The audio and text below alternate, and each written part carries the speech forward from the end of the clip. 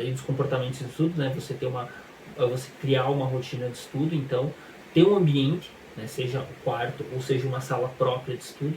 Depois de ter esse ambiente, você cria uma rotina de estudo. Se você ainda não estuda, comece estudando 5, 10 minutos até chegar no ponto de 1 hora, colocar todos os dias da semana, 2 horas, 2 cada dia do final de semana, por exemplo. Né? Você adapta dentro da sua realidade.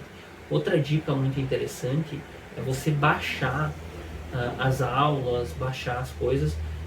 Às vezes você vê a aula e você revisa no carro, no ônibus para o trabalho, você revisa ali no horário do almoço ouvindo, você ouve enquanto está lavando uma louça, ou você revisa enquanto você está fazendo alguma coisa tediosa, né? Lavando o carro, ou alguma coisa assim que você não gosta, né? Então aproveita esses momentos para revisar, é muito importante. Ou propriamente, né, se é um conteúdo que você tem maior facilidade de estar ouvindo enquanto faz outra coisa, você pode estar ouvindo ele enquanto lava uma louça. Mas a questão de fazer questões, né, é sempre importante fazer questões aí de maneira ativa e o mais próximo possível de quando você vai fazer uma prova. Então essa é a ideia do ambiente, né, a ideia do tempo morto, que eu não tinha dito ainda aqui, que é essa de aproveitar o tempo que você tem que fazer alguma coisa, mas você está com os ouvidos disponíveis para aprender. A questão da ingestão de água é muito importante, alimentação, atividade física, meditação. Eu guiei mais uma organização de edital nesse vídeo, mas você pode fazer as meditações que tem no início dos vídeos, é muito interessante e vai ajudar a resolver aí essa questão. Você deve ter expectativas alinhadas com tudo na sua vida, né? Você tem que estar sempre alinhando, porque se você não alinhar as expectativas, você não vai conseguir, você vai talvez estar avançando, mas você não vai perceber o quanto você avança.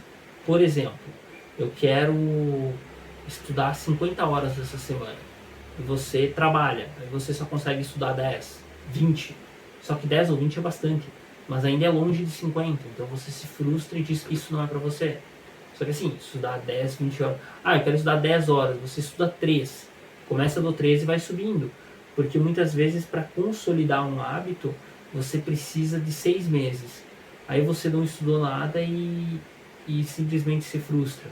Não, tem expectativa alinhada, isso é muito importante, tá? Isso é muito importante, para tudo que você for fazer na vida, você tem que ter expectativa alinhada e ter um prazo, tá? Então, se eu continuar assim, em 6 meses eu passo numa prova, em menos de um ano eu passo numa prova.